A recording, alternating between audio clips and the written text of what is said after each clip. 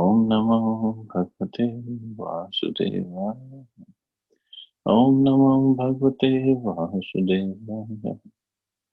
Narayanam Namaskritya Naram Chaiva Narottamam Devim Saraswatim Vyasam Tato Jayam Diri Nashtaprayesha Bhadreshu Nityam Bhagavata Sevaya Bhagavati Uttam Shloke Bhaktir Bhavati Naishtiki.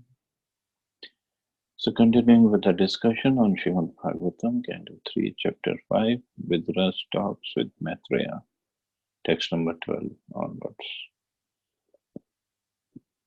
Munir Vivikshur Bhagavad Gunanam Sakhakite Bharatam Maham Krishna Yasmin Nrinam Gramya Sukhanuvadar Matir Grihita Nuhare Kathayam. Your friend, the great sage Krishna Dvaipayan Vyas, has already described the transcendental qualities of the Lord in his great work, the Mahabharata. But the whole idea is to draw the attention of mass of people to Krishna Katha through their strong affinity for hearing mundane topics. I think this we covered yesterday.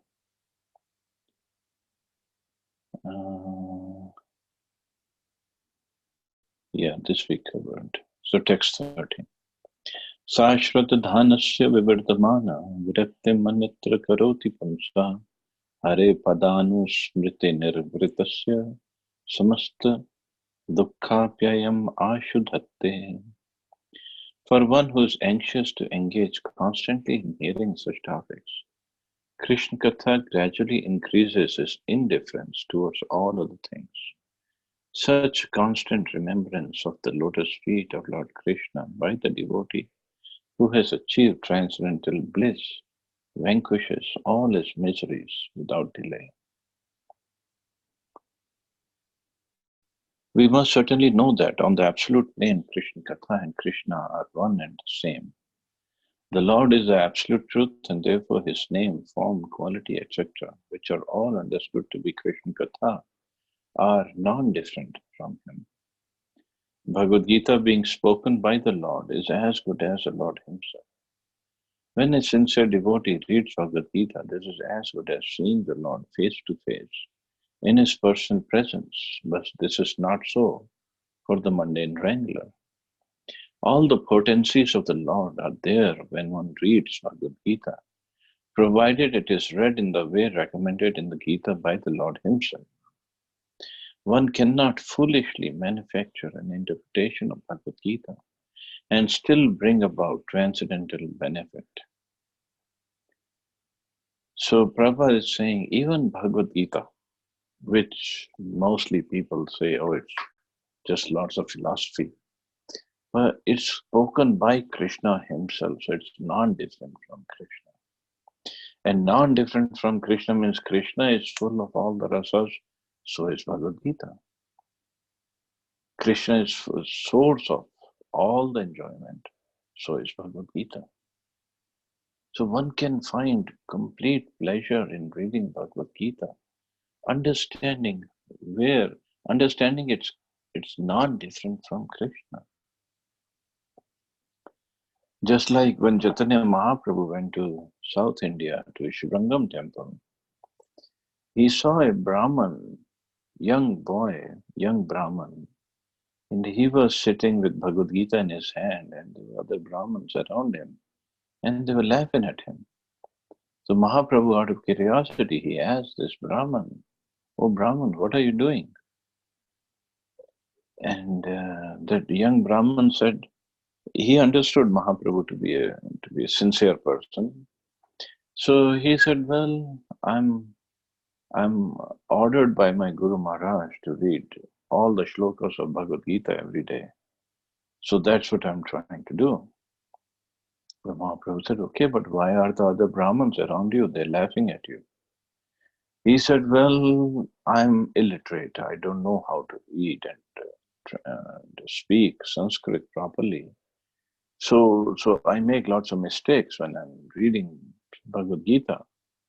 So all these Brahmins are making fun of me because they think I'm just pretending to read, and I'm reading wrongly." Mahaprabhu said, okay, that is fine, but now explain to me, why do you have tears in your eyes while you're reading Bhagavad Gita? That Brahman said, actually the tears are because whenever I pick up Bhagavad Gita and start reading, whatever shlokas, even wrongly I'm reading, all I can see is how merciful Krishna, the Supreme Lord Krishna is, that to protect, to serve his devotee Arjun, he has become his chariot driver. He has taken a low position of chariot driver to Arjun, to take care of Arjun, to serve Arjun. Who can be more merciful than him? So Mahaprabhu, when he heard that, he embraced that Brahman. He said, you have really, actually you have understood the message of Bhagavad Gita. So even though that Brahman was illiterate and not even chanting the shlokas of Bhagavad Gita properly, Mahaprabhu called him, you are the Gita Acharya. You have understood Bhagavad Gita. So when we are studying Bhagavad Gita, we look at it, oh gosh, it's all philosophy, karma yoga, jnana yoga, dhyana yoga, and this and that philosophy. But we have to really see what Bhagavad Gita is all about.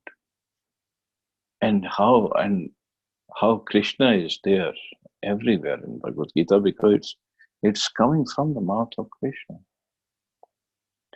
Similarly, Srimad Bhagavatam, of course, now we are studying how Vidura is meeting Maitreya Muni and is asking all those wonderful questions. But when there was a whole lot of philosophy going on about the, say, the Vishwarupa of Bhagavan and other philosophy, and later on we'll study description of the universe, calculation of time, so many intricate details are given there, which we'll feel, we'll understand in our way, how in the world is it related to Krishna? But those who really relish Bhagavatam, those whose consciousness is really, really pure, it is said that they see Srimati Radharani in every word of every verse of Srimad Bhagavatam. They don't see anything else. They only see Srimati Radharani. Means they only see bhakti everywhere. Now it's up to our vision, up to our consciousness. And this is what Prabhupada is writing. One cannot foolishly manufacture an interpretation of Bhagavad Gita and still bring about transcendental benefit. Anyone who tries to squeeze some artificial meaning or interpretation from Bhagavad Gita for an ulterior motive is not Shraddhadhana Punsam, one engaged anxiously in bona fide hearing of Krishna Katha. Such a person cannot derive any benefit from reading Bhagavad Gita, however great a scholar he may be in the estimation of a layman. So such a person who has some ulterior motive when they are studying or writing commentaries on Bhagavad Gita, they cannot derive any benefit. Because the ultimate benefit of Bhagavad Gita is one should become a devotee of the Supreme Lord. That's the ultimate benefit. And these people who have no devotion service in their heart, who are not even cleansed in their dealings, they have their ulterior motives, even they don't become a devotee. Forget about the readers of their editions of Bhagavad Gita.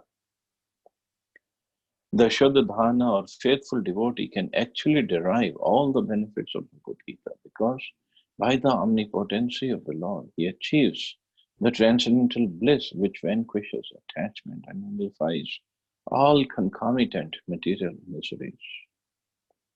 Only the devotee by his factual experience can understand the import of this verse spoken by Vidura. The pure devotee of the Lord enjoys life by constantly remembering the lotus feet of the Lord by hearing Krishna Katha. For such a devotee, there is no such thing as material existence, and the much advertised bliss of Brahmananda is like a fig for the devotee who's in the midst of the transcendental ocean of bliss. So, what happens in the spiritual world, in Golok Vrindavan, in the spiritual world? Well, they all are serving Krishna one way or the other. They are engaged in talking about Krishna, no gossiping, only about Krishna. And somehow they're engaged in pastimes of Krishna. So if we engage in those activities here in the material world, then we are as good as if we are in the spiritual world. So that's why it is said they don't have material existence. So their material miseries are all vanquished without delay. They don't have any material miseries because they are not in the material world to begin with. And even if there are some miseries that are supposed to be due to these devotees because of their karma, Krishna is there. Now Krishna can reduce these miseries. They're like,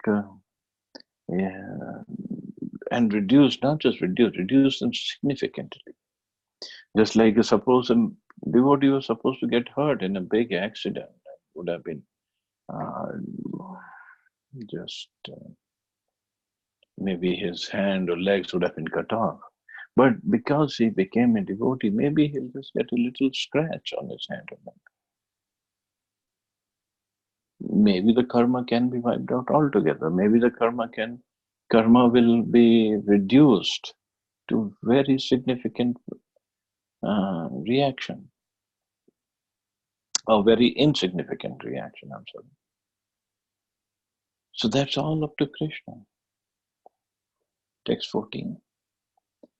And even if a devotee is not suffering from his own karma, but he is put into misery, just like Prahlad Maharaj was put into misery by his father. That wasn't his karma. That was something Krishna orchestrated actually. So for that kind of devotee, even if they are in such a terrible situation, they don't feel any miserable condition. They don't feel any misery. That's the special position of a devotee. Text 14.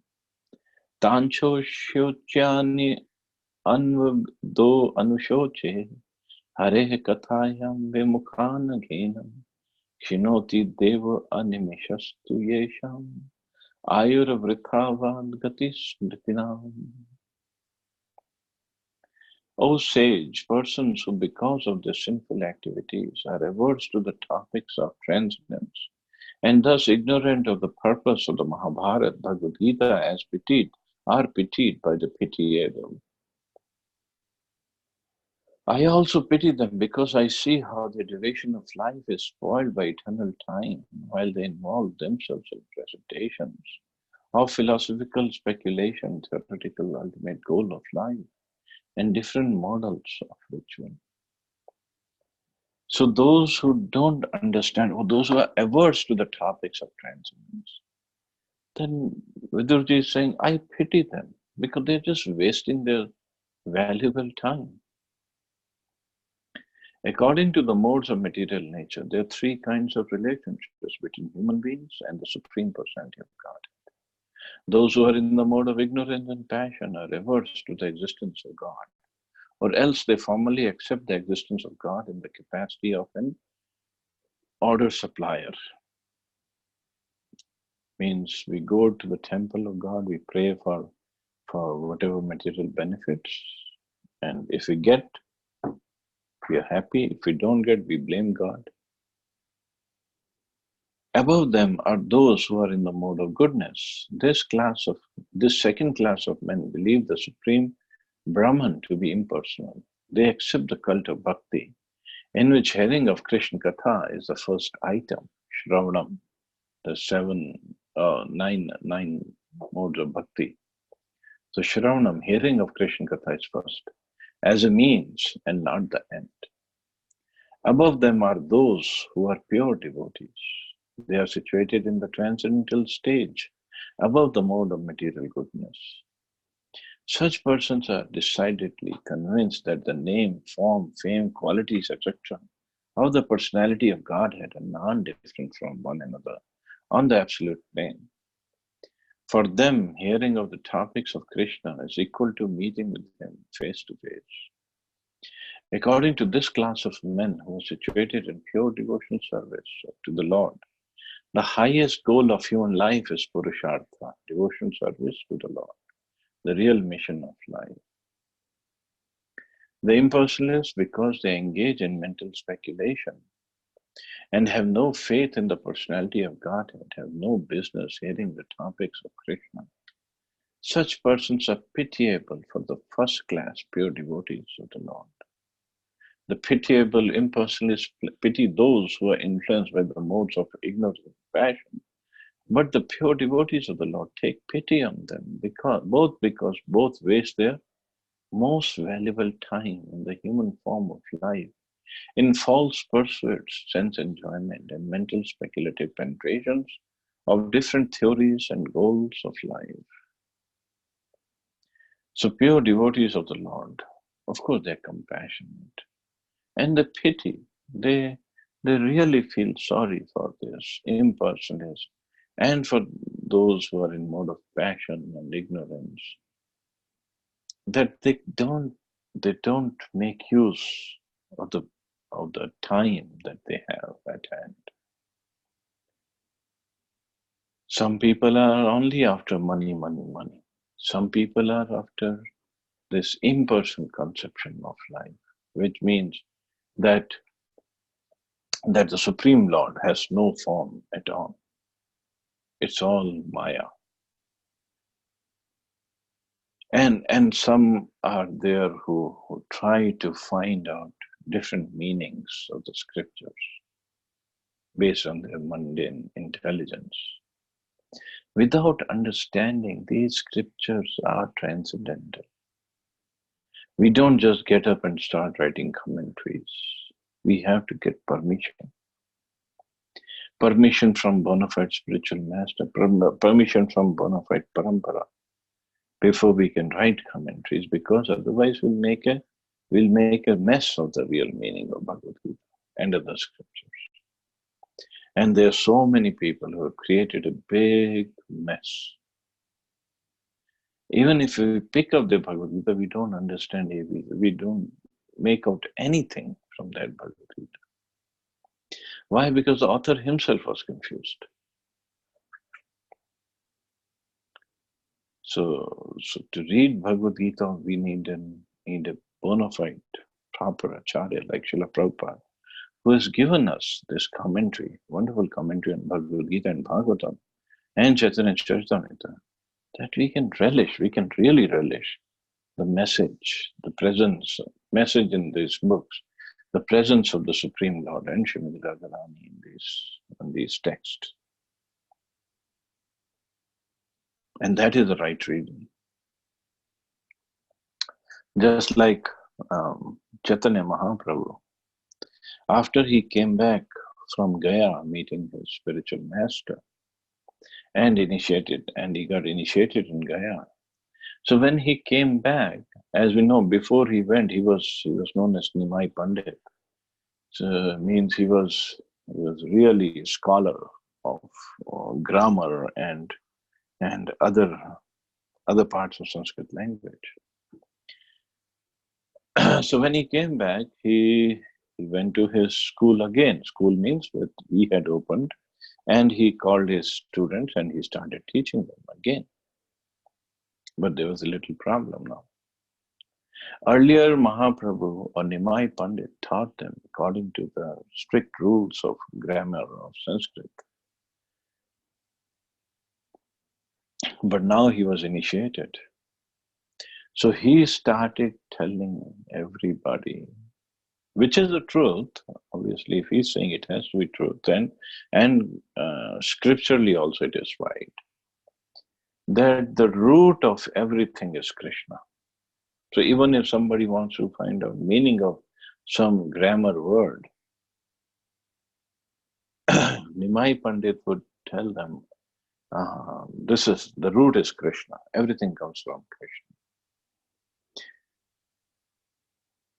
So the point is, we have to understand, actually everything comes from Krishna. Root of everything, every single word, every single verse of Bhagavad Gita or other scriptures. In fact, the Mandan literature also, the root is Krishna. Without Krishna, nothing can exist. The Mahaprabhu was proving them right then and there, how come the root is Krishna. But still, they were little boys and they would run away afterwards. They didn't properly understand. But this is what a pure devotee does. He understands the meanings of scriptures according to its relationship with Krishna, and appreciates and sees Krishna everywhere, and be blissful, because even reading Srimad Bhagavad Gita gives him lots of pleasure.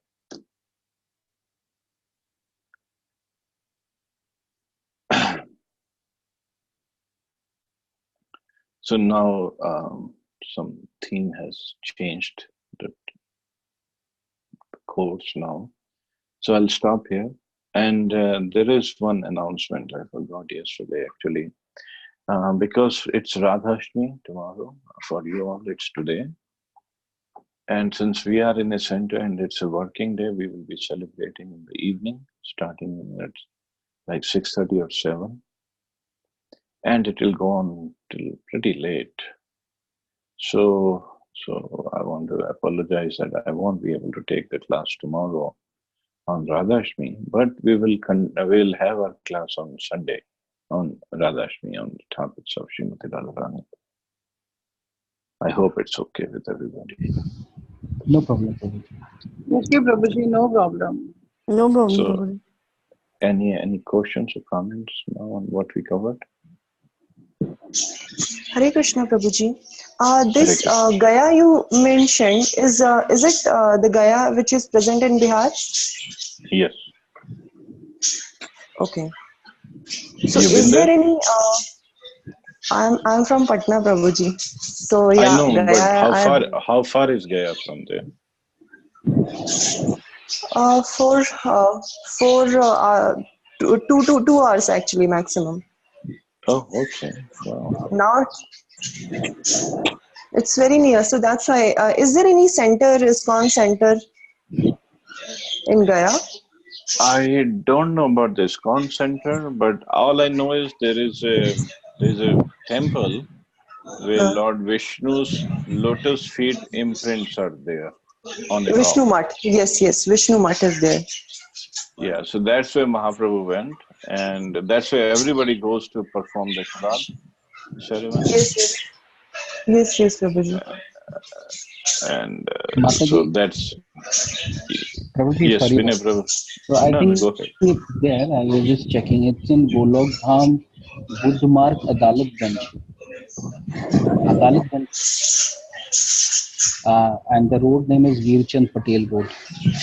Okay, great. Thank you, Prabhuji. I will share this on our group. This address. Yeah, sure. Because I will send it to my relatives there. Okay. Thank you so much. So I guess now whenever we go for a trip, we have to go to Gaya also. Yes, Prabhuji. Yes, You have Ashwati to. Mata, you say. Prabhuji, I'm sorry. like 2 days back to Radhashtami, I was just checking the calendar. It was Lalita Shashti. Yeah. So we don't know anything. I mean, I don't know anything about matlab Radharani's close associates, friends. So I mean, I was curious to know about Lalita ji as well, and so I thought probably I should ask if maybe you can kind of share something on her. Well, two main Sakhis of Radharani. If you go in a temple, also Radha Parsarthi, Lalita and Vishaka are there. Yeah. So yes, Lalita Shashti was 2 days ago, and Vishakha actually she appears on the same day as Radha. So tomorrow is her appearance day as well, or for you guys today. So they're always with Radha and Krishna. Of course, there are many confidential topics also about both of them, especially Lalita Devi, because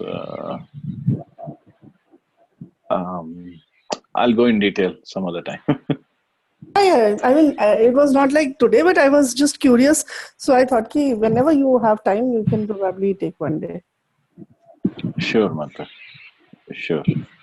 Thank you, Saraswati Mata, for this. Thank you so much. Really, it is interesting to know. Thank you, Prabhuji. Prabhuji, I have one question. Yes, I brother. There are two questions. So the first one is on Jagannath. You told a story earlier about when Lord Krishna, Balaram, and Subhadra Mata on the doorstep they were hearing, about the pastimes of Lord Krishna, probably the childhood time. And I just want to know who was telling whom that story. Was it Satyabhama was telling the story to someone? No, no, Then no. Rohini Mataji was telling to all the queens of Dwarka. okay, Because Mother Rohini was the one who was in Vrindavan when Krishna and Balram performed their pastimes. And she is wife of Vasudev actually. Devki was one wife, Rohini ji was another, and there were so many other wives. So she came with Krishna Balram, and then she went to Dwarka with okay, Krishna Balram and her real husband, Vasudev ji. okay. So because she was the only one who was in Vrindavan and who had seen the pastimes, so she could tell the queens the pastimes of Krishna Balram. Okay. Second question is, I faced that. It's kind of question. Yesterday I was in GK1 temple, and one Mataji was asking to one on the side. If you see that, the touring of that, uh, the, where we met actually in your office. There Okay. is a, I don't know, it's a Vedic tour or something happens on Vedic Expo. Vedic Expo. So I had 1 hour because I went there early, 3:30. So the doors were closed, and 4:15 I think it starts. So take a round of that Vedic, and the Mataji was